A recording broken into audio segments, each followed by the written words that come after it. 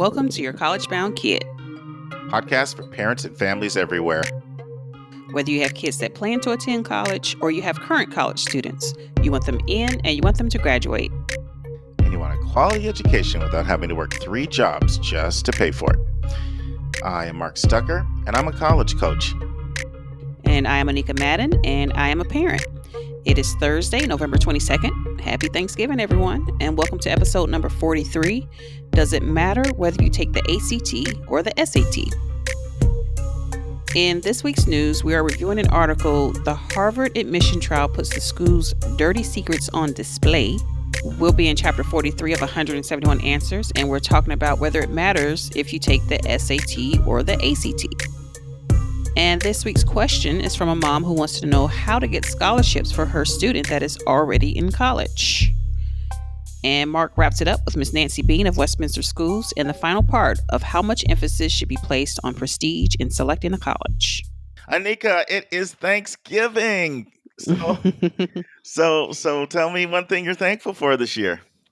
I am obviously thankful for your college-bound kid, but I am also, I shouldn't say but. And I am also thankful for life, for health, for my family, everybody. Everybody's in a good place, and you know where we are in all this admission stuff, and the kids are just moving along. John's doing all great in his school and just in life in general. So I'm just thankful for life. Well, what about you? I am so thankful for my brother, who is my best friend, and his family. They live my brother Norm. We're a year and a half. I'm the oldest. He's the middle kid, and he lives in Denver, Colorado. And he and his entire family are flying in here. They arrive tomorrow, and we're all going to Panama City Beach. We're at a condo. Ooh. We're overlooking the water. And we're just going to have a fantastic time. So I'm really excited that he's coming and we're going to spend families together. Yeah, good for y'all. Let's turn to college hot topics in the news.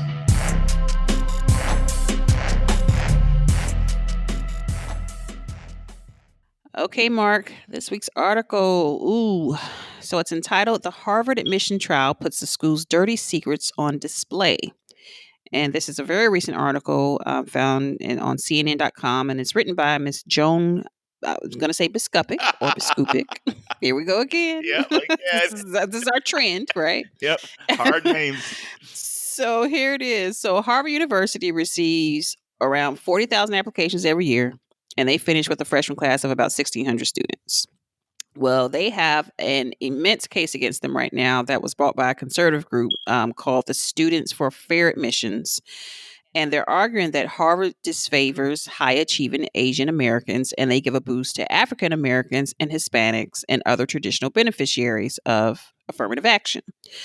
So let me go ahead and throw this in here, Mark. So the article also documents that Asian American students admitted to Harvard has steadily increased. It's been increasing. With its most recent class of 2022 reaching about 23%, where African Americans are at 15% and Latinos are at 12%, with whites going in at 50%.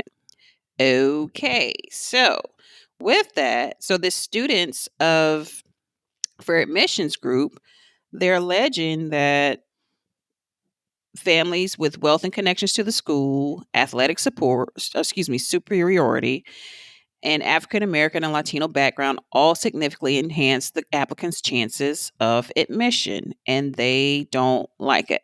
So, Mark, I want to pause on this quote or this statement from William Fitzsimmons, who's Harvard's longtime dean of admissions, and I want you to go ahead and dive in. So he says that Harvard has become a profoundly better place, just in terms of what the students learn from each other, with the faculty and those of us who work at Harvard learn from the astonishingly diverse classes we have today.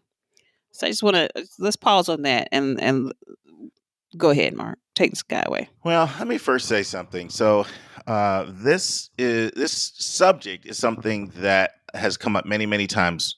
Why don't you guys talk about the Harvard case? You're talking about news articles.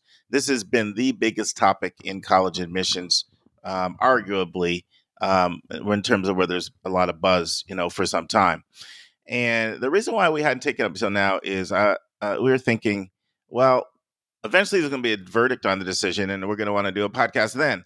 But it just kept coming up so many different times that we felt, let's talk about it now. And they're projecting that a decision on the court case is about a year away anyway.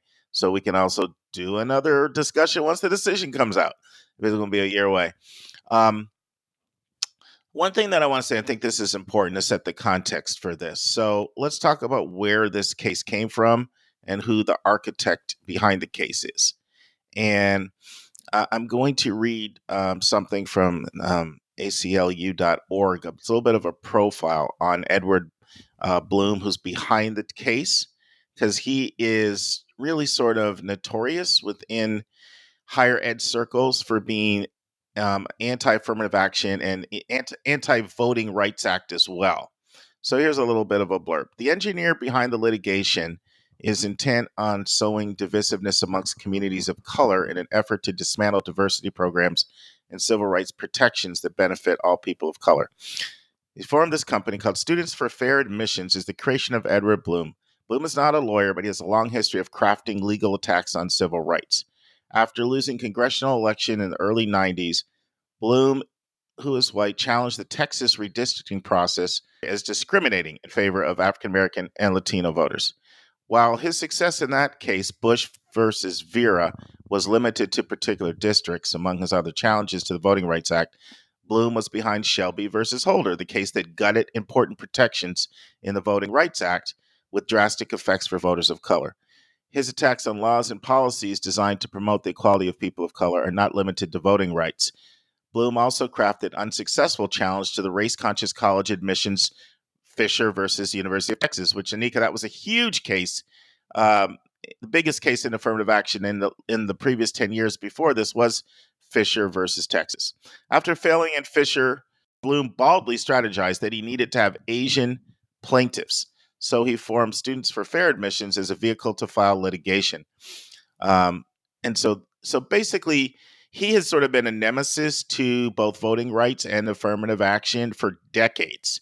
And that's just important to kind of know. And so he wasn't having success bringing white plaintiffs against affirmative action. So he kind of got creative and clever, and he thought, what if I can pit one group of students of color against another group, and if I can go after Asian Americans and recruit Asian American plaintiffs, it'll get a lot of publicity, and I think I can make a case for discrimination that way. So that's just a little bit of background that I think is important to know.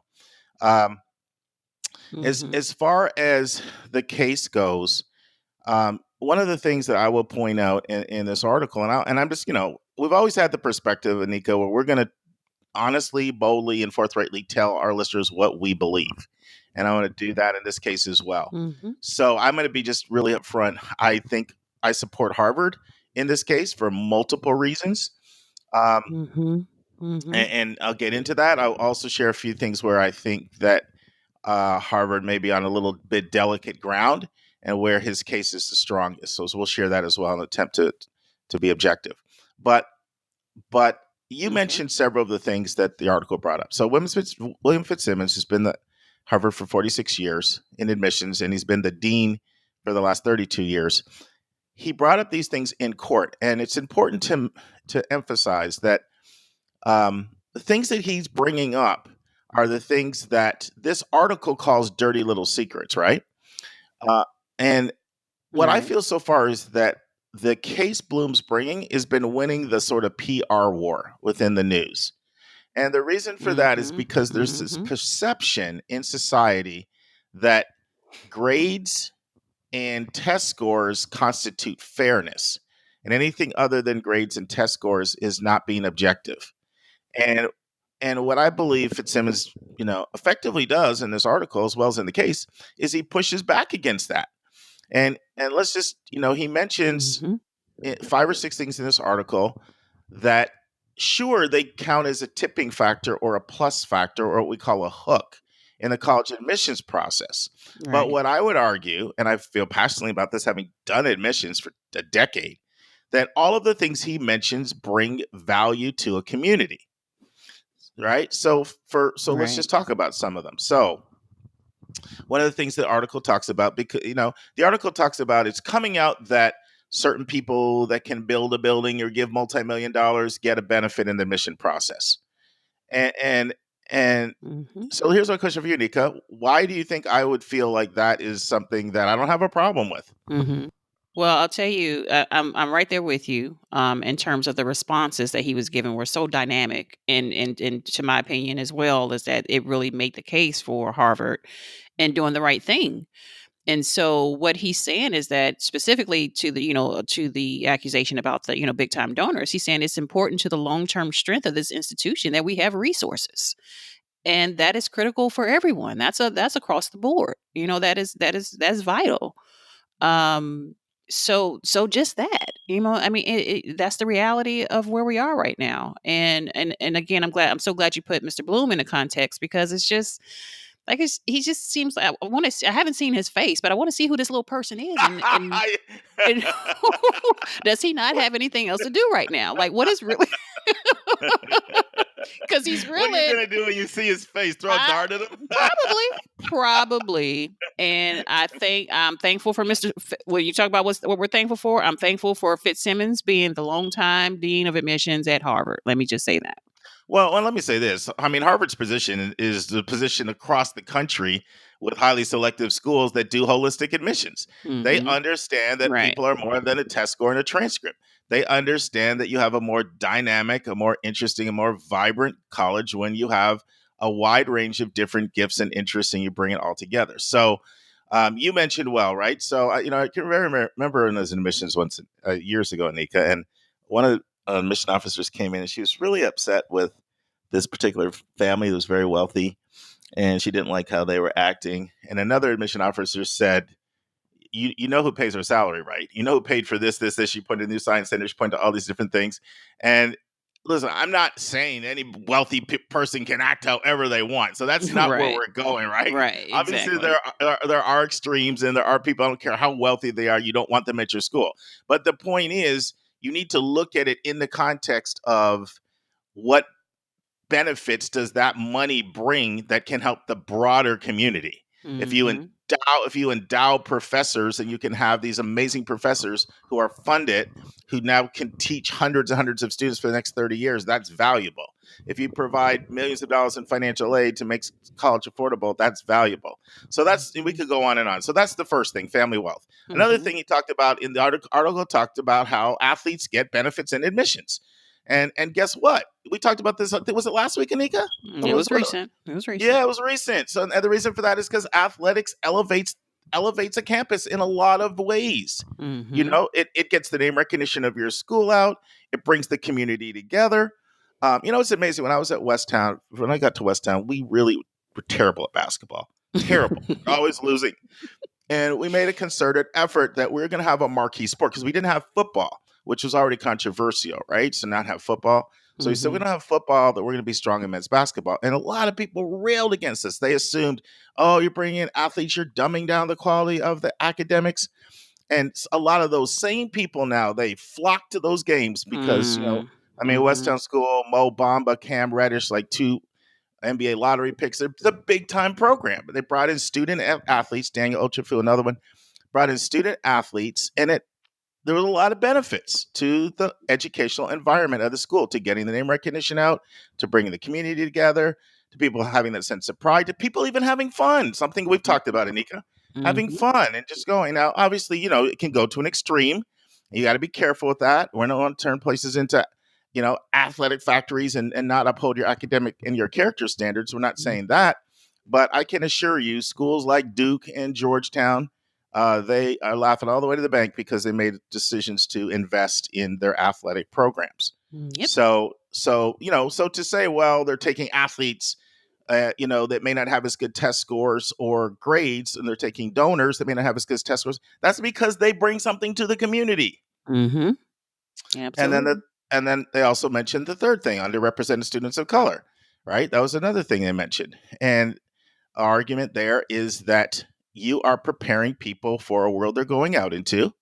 And if you're going to prepare people for a world they're going out into, it would be good to meet people who are like the people you're going to meet in society. And that's how you better develop your critical thinking skills, learn how to relate to people that you're going to meet in the real world. There's value to that as well. Right. Do you remember what they said, Anika, about the humanities and foreign languages Oh, and absolutely. yeah? Why don't you comment on that? Well, that the humanities are not they're not as robust as they should be, and they have a dynamic program. So why would they not go out and seek those applicants that are interested in those areas? Again, the balancing act of admissions, which is the norm across the state of admissions. Yeah, and another point to add to that, Anika, is Harvard has 80 foreign languages, and so a lot of those languages, because the sort of dearth of interest in the humanities recently, do not have that many people signing up to take those classes and major in those areas, and so you're in danger of canceling entire majors, even departments, if you don't have students coming and signing up. So these are all factors that, when you're thinking about admissions as a whole, you take into consideration.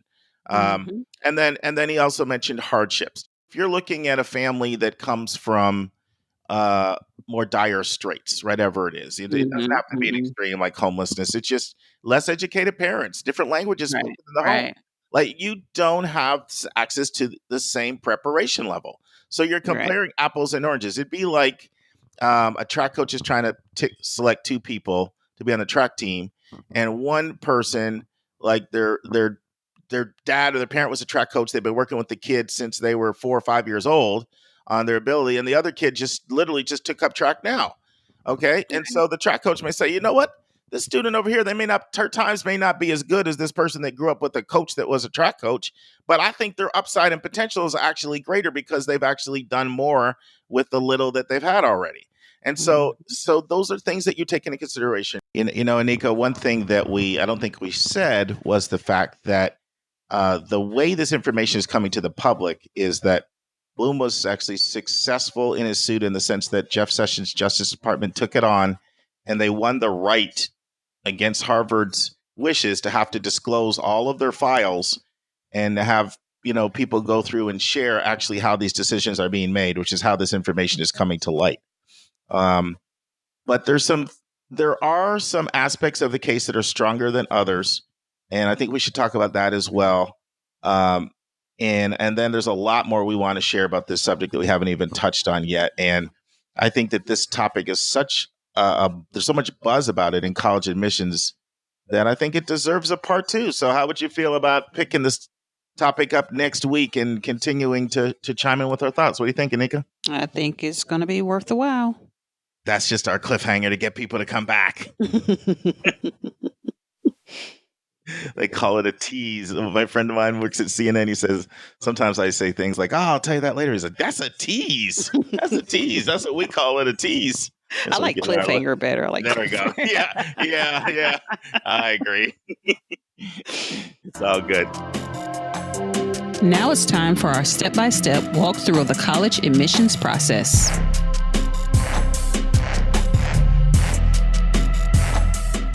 Okay, friends, we are now talking about whether it matters if you take the ACT or the SAT. And at first, this was a challenging chapter discussion to prepare for, because one of the things we try to do on our podcast is to always bring you fresh, new information, so that even if you're been in admissions for 40 years, you're going to learn something from our podcast.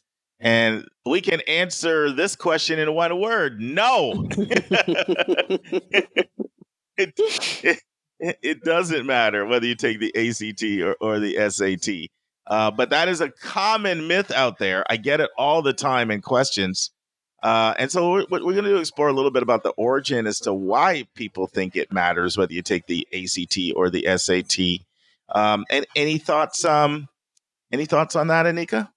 No, I think to your point in the chapter is that it's just you reiterate the fact that it's worth understanding the differences between the two, and really getting an in-depth understanding what your child is going to be comfortable with, essentially. Yeah, and let me say this: so even 2 years ago, if someone asked me that question, Anika, I had to say, well, there's this one college up there that's holding out, and they're only taking the SAT and not the ACT, but that college eventually folded their tent, and now I can honestly say I do not know of a single college that does not take both tests. And it would be crazy for them not to, when almost half the population takes one test and the other half the population takes another test. it would be like you're running a fast food restaurant, and that your surveys indicate to you that 51% of people like a cheeseburger and 49% like a hamburger, and you're going to turn around and say, we're only going to do cheeseburgers. Like half of you just lost half your business. Right. Right. So now that one little small school takes everything, that question is resolved. But let's talk about the origin of this myth. And so Nika, I'm gonna put you on the spot and put your little. How good are you at geography? Oh my goodness. U.S. geography. From one place to another in general? Sense of direction? No. U.S. geography. U.S. geography. Just go ahead and nail it. We're gonna find out. We're gonna find out. So I'm gonna tell you the places in the country that overwhelmingly take the ACT. All right, and see if you can notice anything about their geography, and then we'll do the same thing for the SAT. All right. So these states I'm going to list right here, of the students that go to college, over 90% of these students will take the ACT. Now, some of them will still take the SAT, but obviously if over 90% are taking the ACT, that's the main test, right? So here we go. Wisconsin, 95% of students, 95.2 actually take the ACT. Kansas, over 94. North Dakota, over 93. South Dakota, over 92. Nebraska, 92. Minnesota, 90. Missouri, 90. Iowa, 90. All right. And then when you get into the places that over 80% of people are taking the ACT, you have places like Michigan, Louisiana, Kentucky, Arkansas, Tennessee, Wyoming, down to Illinois, and others. And there's some others as well. So what are do you notice anything geographically about any of those places? My answer is blah, blah, blah, blah, blah. No. See, I'm going to put this on me. I rattled off so many states that I think it confused you. So I'll give you that. Yes, it did. I was going to comment on the climate or something. So what you will notice is that there is an inordinate number of Midwest states in those states that I listed. And that's because the ACT was birthed in the Midwest. Right. So you get Iowa's and the Illinois and the Kansases are all on there. The Wisconsin's is very much prevalent and prominent in the Midwest. And now check this out. I'm going to go all the way to the other extreme. You get a chance to remember how we talked about grade forgiveness last week? I don't want it. This is your grade forgiveness opportunity. I'm going to try it again. Okay. This I think it might be a bit easier. So, the following states I'm going to list, all right, less than 25% of people will take the ACT. Here we go. New Jersey. I'm going to ask you where these states are located. So, New Jersey, 9.96. Maine, 14.76. Oh, wow. New Hampshire, 16.31. Maryland, 18.1. Rhode Island, 19.3. Connecticut, 19.56. Pennsylvania, 20.1. Delaware, 20.5. Massachusetts, 22. And New York, 23.3. Anything you notice about that? Now, you got a daughter in school in Pennsylvania. Oh, my goodness. The Northeastern Chamber of the World. Yes. And I'm assuming that's where the SAT was birthed. So the SAT has dominated the coasts. All right. Now, all those are all East Coast. But if I would have continued, next you would have had Virginia, 24/7, Vermont, 26/3. Then you get into the West Coast, like the Washingtons and the Californias and the Oregon. So the SAT historically has dominated the coasts. The ACT has dominated the Midwest. And therefore, when you are talking to people oftentimes from those locations, because they always hear about that test, right? They have a tendency to think that's the main one. And the other one is like little stepsisters of the poor or whatever, like, second class status. So that's what I get when if I'm talking to someone from those Midwest areas, they'll think, isn't the ACT the main one? Like, am I really going to be considered legit with the SAT? And when you're on the coast, you tend to get that. Now that's been changing, Anika. That's interesting. And by the way, both of our states, North Carolina and Georgia, both of them are between, Georgia 40.73% take the ACT and North Carolina 40.08. So our states have a slight bent toward the ACT, the SAT, but that is drastically changed. I know when I moved here 9.5 years ago, and I had multiple test prep people I was working with, and I would ask them, how often do you get requests for the ACT versus the SAT? And they would say, oh, it's 4-1 SAT, because Georgia was actually a big SAT state. Now it's almost 50-50. So so states do sometimes change over time, but I just thought our listeners might be interested in that rather than us answering the entire question and saying no, and then we're done. Move on. And time for next yes. That's one way to have a short episode. I love it. But that is pretty interesting, though. I never, obviously, because of where we've been living for most of my life, I just had no idea. But that is pretty fascinating. And I guess that comes from the counselors themselves. Are they just immersed in like what's trickled down to them in terms of resources, and that's how one dominates over the other? So it's everything, right? How does that play out? It's everything. It's the parents that took the test, so they tell that to their kid. So they're bringing it to the counselors. It's the counselors themselves. It's the test prep people. I mean, it's just when the history of a place has been, it's been the predominant test in an area. It just permeates and pervades all aspects of every person that's a neck that moves ahead, whether it's a counselor or a parent or another friend or an Uncle Bob. By the way, let me ask you this. You grew up in Georgia. Did you, in your mind, think of the ACT or the SAT as the predominant test? You know what? Oh my, look at you. SAT. I really only know about the SAT. Yes. You're right. Yes. Wow, look at that. Yeah, and I grew up, you have to go all the way back to the jump off episode, listeners, to know this, but I grew up in Southern Ontario in Canada, and it was it was all about the SAT. It was all about the SAT. You're right. I never even considered taking an SAT and an ACT and seeing which one I was better at. I never even crossed my head. Right. So that's just a little fact for our listeners. So there you go. Take whichever one you want. But if you're hearing in your area that isn't this test really the main one, check your state stats out, and I'll bet you'll find that that's what's going on there. It's time for a question from one of our listeners.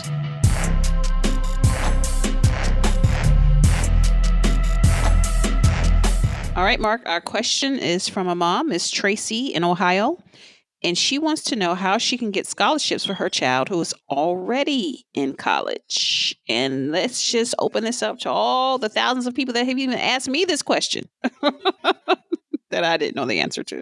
Yeah, I remember some time ago we almost answered this question, and we said, if somebody wants to know that, send it in. And sure enough, maybe Laura was listening; she sent it in. But there are multiple answers to the question. It's an important question because a lot of college students struggling on their ramen noodles and need some money. Right. So there's the first thing that I would say is go check your department scholarships, because when you're in a college, colleges oftentimes have department scholarships, for specific students in areas of interest. And this will not be on the admissions website, but it'll be oftentimes usually under the department's websites themselves. And this money is normally allocated for current students, not for new students. So what about you at your college? Do you know of any department scholarships you guys offer? Well, yeah, it's kind of my role to start reporting on these guys. So that's I didn't even know that. That was not set up. Yes. Yes, I'm telling you. I told you, did we say that it was just timely that I started this position and this podcast at the same time?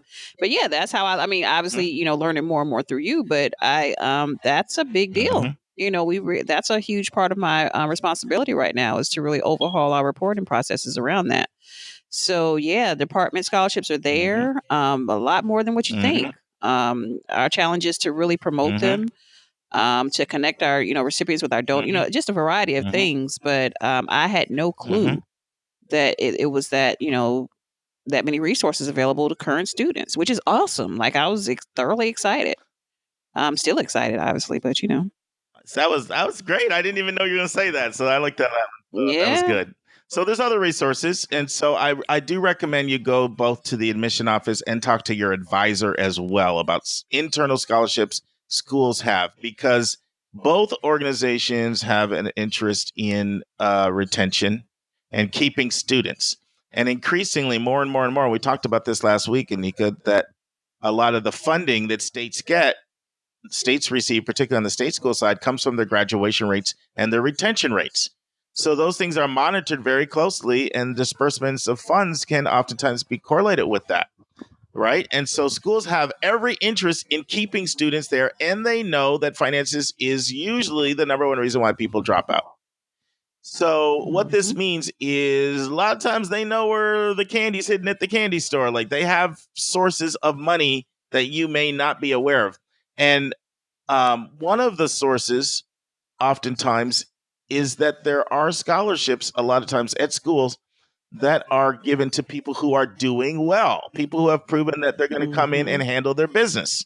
Now, some schools do this a lot more than others, right? And normally, the admission office is not the main source for this, but just people know things in admissions as well. So that wouldn't be my first place to go, but you have a relationship with your admission officer. If you do from the past, oftentimes they can point you in the right direction, as can your advisor. Okay. And definitely, the third one is you want to be going to the financial aid office. Absolutely want to go to the financial aid office, because they are going to know a lot of times where these sources of money are, because they get this all the time. They're sitting down with the family and they don't know where they can come up with the resources, and they are oftentimes internally the best internal place to know where that extra candy is, so you can go get it. And it's candy out there for you. Trust me. So yeah, and like I said, some schools give a lot more money than others to current students who are doing well and proving themselves. But you want to know about that. There can be scholarship money out there for people that already have a 3.25 or 3.5 or whatever GPA. And then let's not neglect outside resources. Okay, so you do want to use the search engines, the CapExes, the FastWebs, the scholarships.com, Scholly app, resources like that. And you want to target money for current students. So you want to do your search for current students, but you don't just want to make it current, because when you're searching, you want to be very specific, right? So you want to look at current, but then you also want to look at what else it is that you're bringing to the table. Why should somebody invest in you? And, that's a whole other, we're going to get into detail on outside scholarships, Anika, but it could be that your parent was a veteran. It could be that your mom had breast cancer. And so you want to combine looking for specificity with the current student status. You want to combine them both. And we once before gave the book, The Ultimate Scholarship book by Beane and Kathy Tanabe. That is another great source, and you can target your search to current students. So there's multiple resources. We don't kind of have one answer to this, but don't be dejected. There is money out there. Yep. Any thoughts, any comments, Anika? What are you thinking? Go get it. Go get it. But I mean, and there are some times when the gap is so huge that transferring is your best option. I do not want to imply that if you're a family that can only afford $10,000 and you're being asked to pay $50,000, that you're necessarily going to be able to make that 40 up just by going to these sources. Like there's times in my practice that I have to advise people. I honestly think transferring isn't your best option. So I do want to bring that side up too. Well, let me actually, Mark, before we wrap up, let me also say, because a few students that I've run to at my own school, we always try to emphasize and underscore the importance of their continued involvement. Once you get in the door, that's, yes, that's a huge milestone. You got there, celebrate, you made it, but there's still a lot of work to be done. And if you are not connecting yourselves on these campuses, and if they're not really making some concerted efforts to get involved with certain groups and certain opportunities within their own departments, they're really doing themselves a disservice. And unfortunately, I'm still seeing that a lot. And again, we talk about the mental health challenges. I actually connected with a young man a couple weeks ago who came, and he was just sharing his, his challenges, his emotional challenges that he's been experiencing. So he's dealing with that, and it's time consuming. So we really got to talk to our kids, once they, don't just think they're off and flourishing. We really got to stay connected with them to make sure they understand the importance of getting connected to the resources that are right in front of their faces. and really, and just plowing through it. Like it's still hard work. The hard work is not over. It continues. And they all need money. It all boils down, whatever they're going through, they all still need money. So you just got to keep your eye on the prize, and we really got to just talk that up to them. Well, daily. I'm glad you brought that up, because there's something I cannot emphasize how important it is, and I try to talk about this so I'm black and blue in the face with students and with parents, and that is that you have to be an initiator. Mm-hmm. You have to train our kids to be an initiator. We need to train our kids so that mom and dad aren't there. Right. Okay. Can you, as a student, go over and talk to the people in financial aid? And now, this week's interview with a special guest.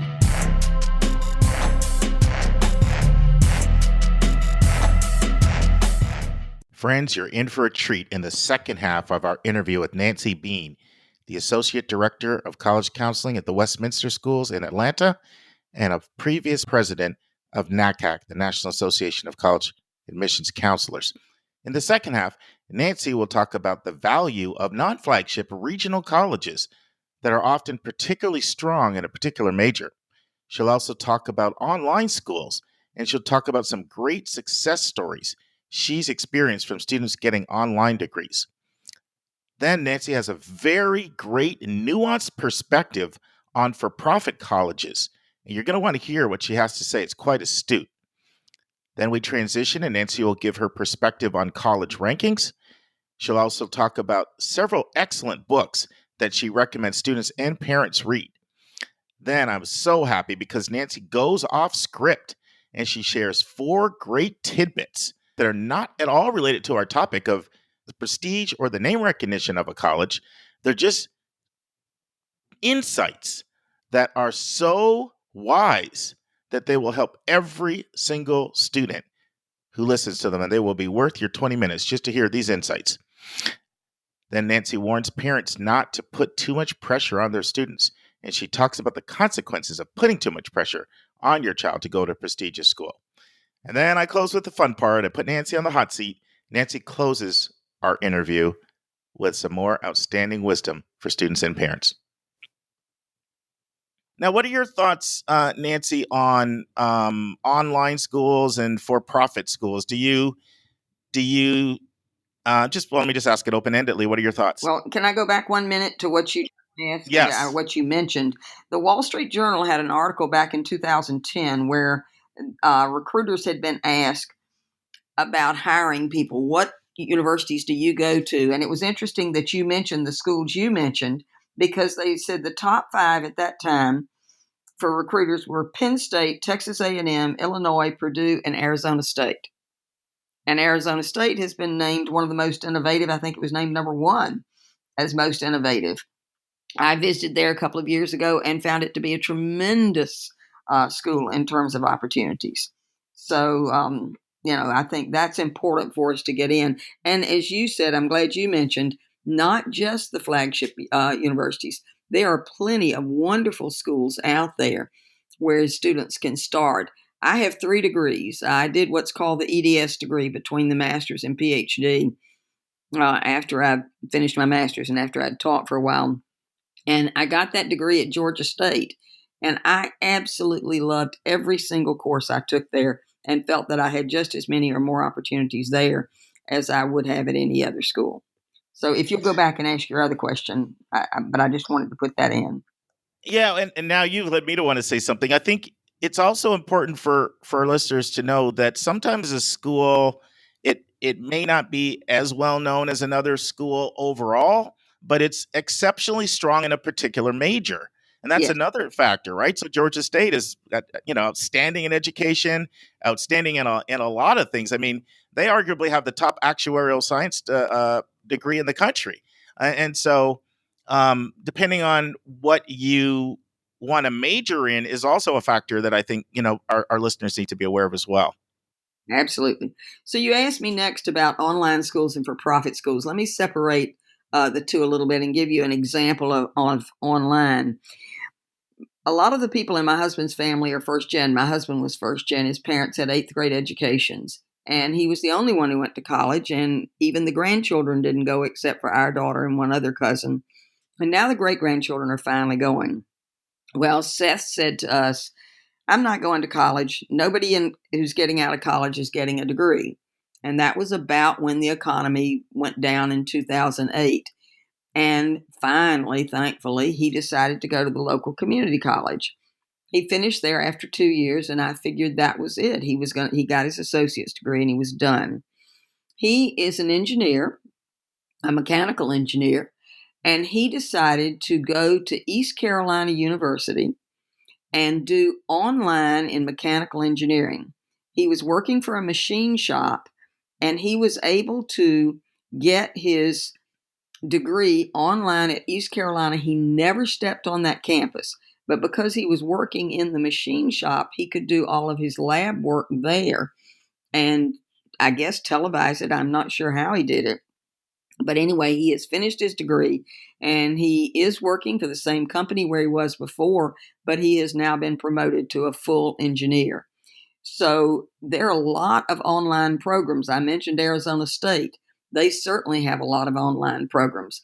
Central Michigan advertises a lot in Georgia about their opportunities. So there are many ways to get your education. If you can't go to school in person, you may have responsibilities at work or family or whatever that just won't allow you to do that. You can do online. In terms of for-profit schools, I don't want us to broad brush them and think that they're all bad. My husband's secretary's son went to a particular school and got an 18-month certificate in film editing or production, I'm not sure what, and ended up with a great grade, and that, or not just great grade, a great opportunity for careers. And that was a for-profit school.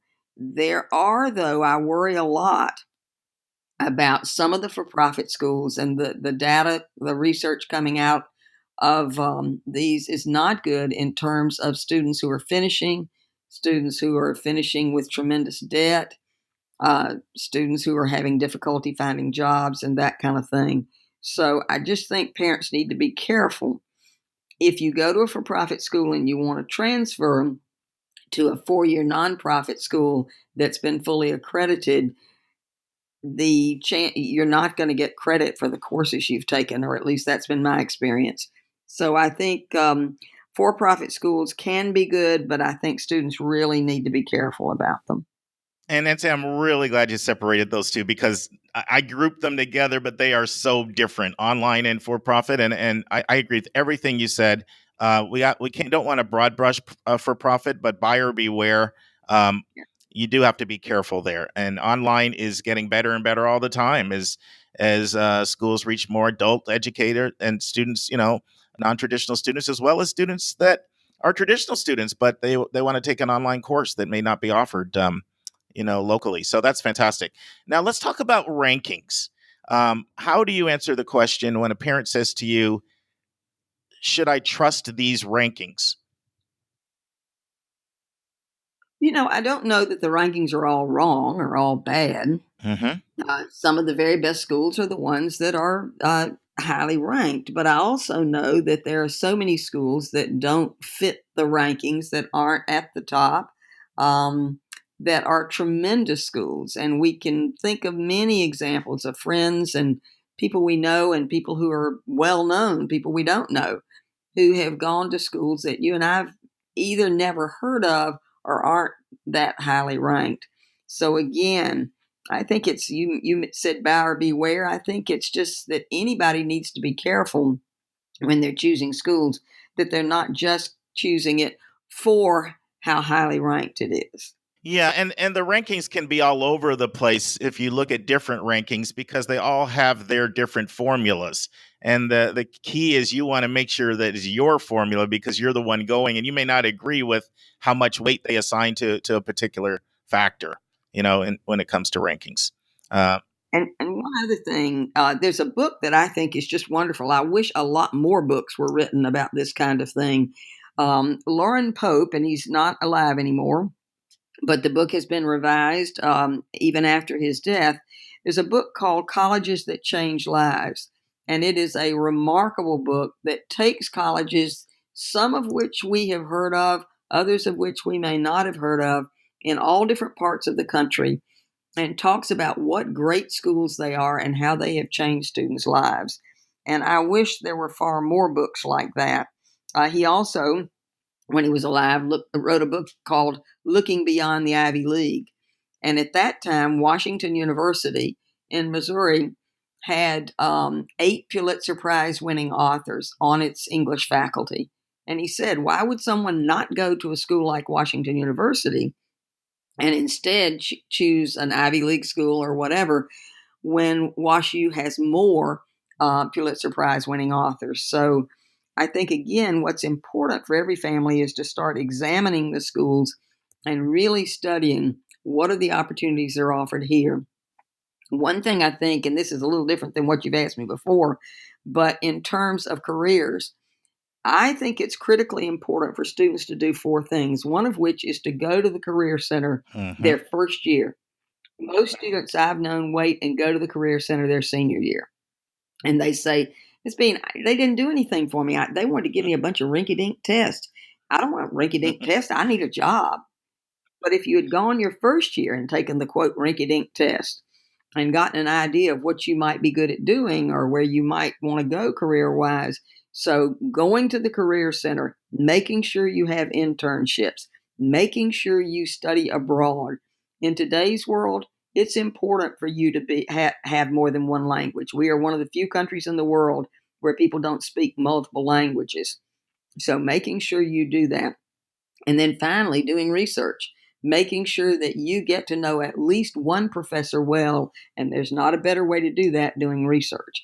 If you do those 4 things, including, though, going to that Career Center early on and staying in touch with them so that when people come looking for people for jobs, recruiting, or when people come looking for people for graduate schools or whatever, they know you. They're saying, oh, yes, so-and-so could be really good at this. I'm so glad you threw that in. Thank you for that. That was all outstanding advice. And keep in mind, Nancy's been in education for over 40 years. So these are things she has seen, true and true, tried over and over. Let's take a break to learn about Mark's recommended resource for the week.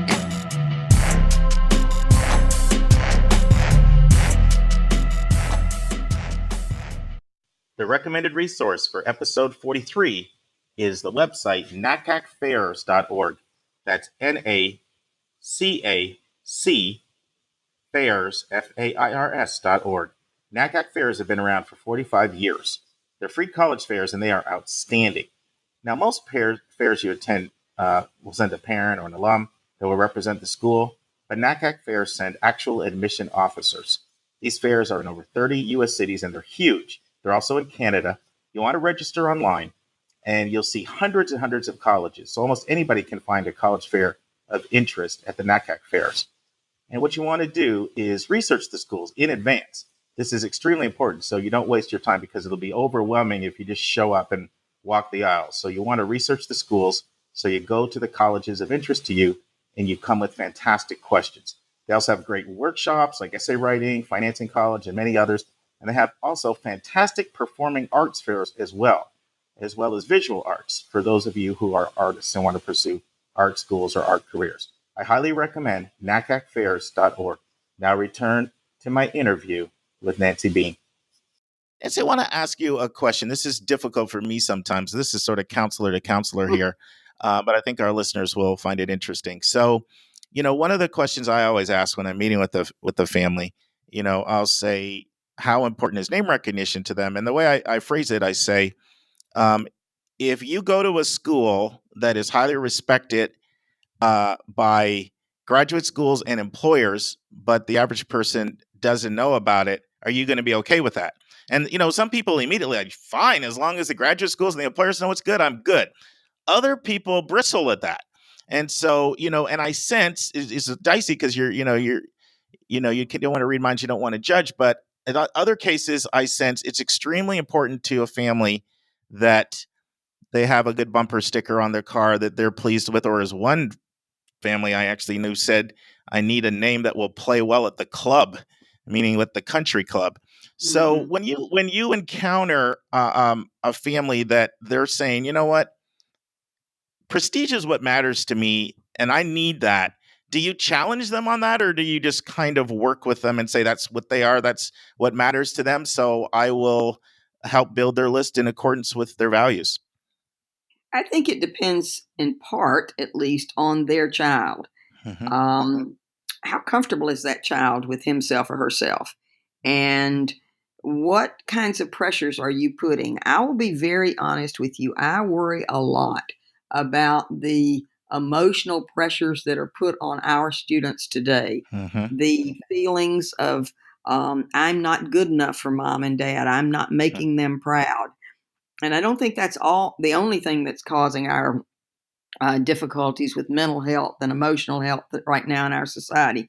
But if you go to the colleges and you ask them, they have seen a tremendous uptick in the number of students that are seeking mental health counseling now from what they saw several years ago. Now, there can be all sorts of factors that might have caused that, but I think pressure from parents can be one thing.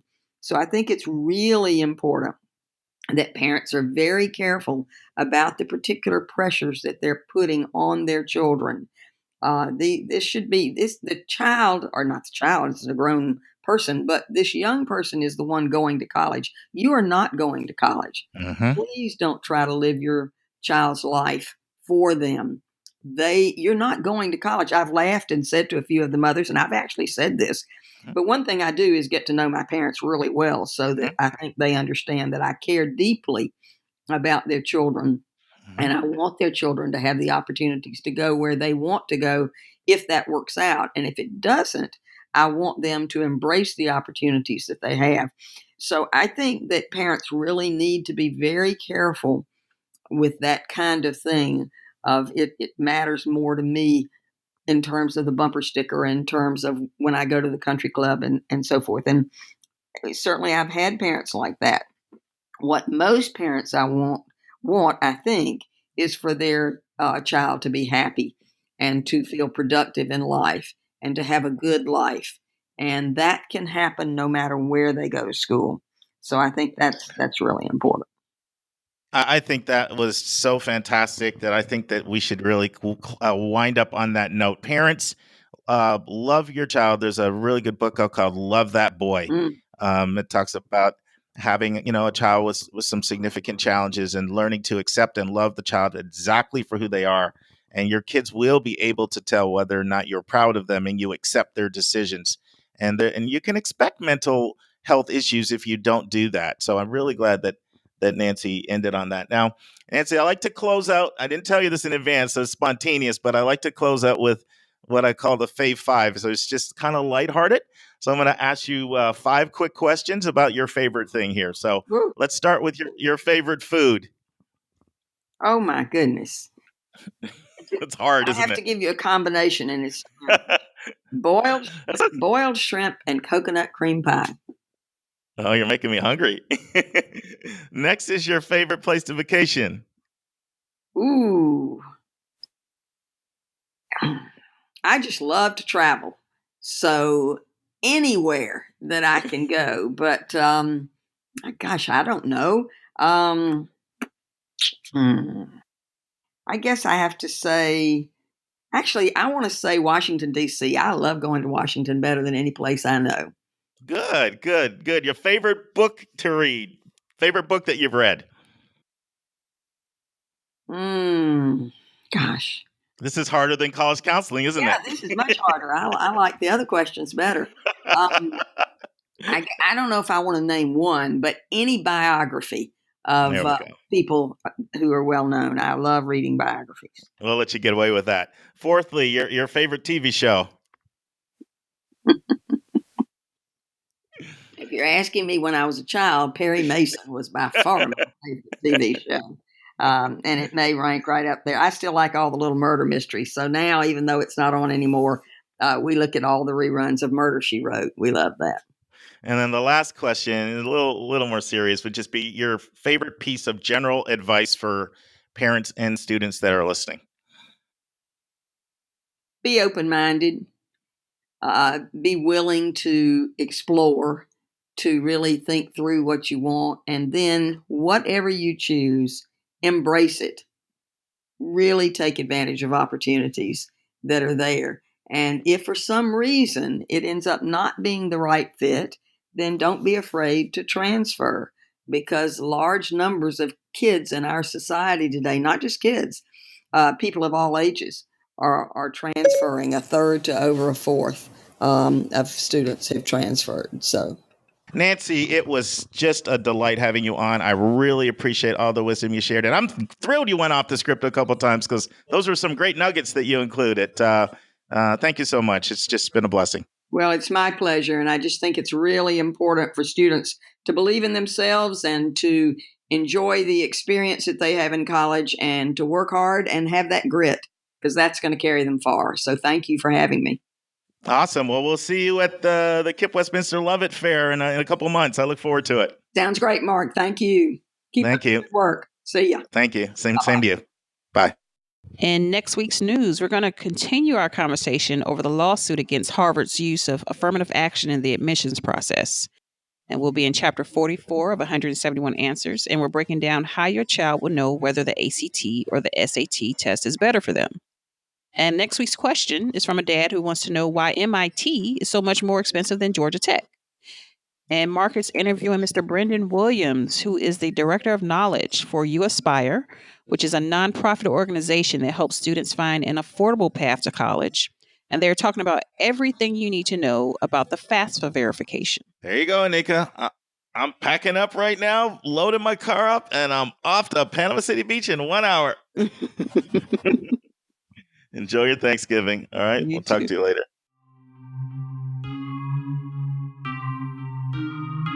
And that's our show. A big thank you to you, our listeners, for tuning in this week. And if you find this podcast helpful, it would help us tremendously if you would subscribe and write us a review on your favorite podcast listening station. And please be sure to click the share button and send it to someone you know who could really use this information. The amazing music that you hear is by Victor Allen Weeks. Artwork is by Andrea Togo. Marketing designs are by Kimberly Blass, and Your College Bound Kid is produced by Esteban Sartho. If you want to get a copy of the book, 171 Answers to the Most Asked College Admissions Questions, you can go right to 171answers.com. And if you would like to have a college coaching session with Mark, you can send him a text at area code 404-664-4340. And if you have a question or a few questions that you would like for us to answer on each show, please email us at questions@yourcollegeboundkid.com. That's questions@yourcollegeboundkid.com. Every week, we'll take one question and include it in the episode. We don't like your questions. We love your questions, so send them our way. And by the way, check out our website, which is just simply yourcollegeboundkid.com. Again, we thank you for tuning in, and we look forward to meeting with you again next week.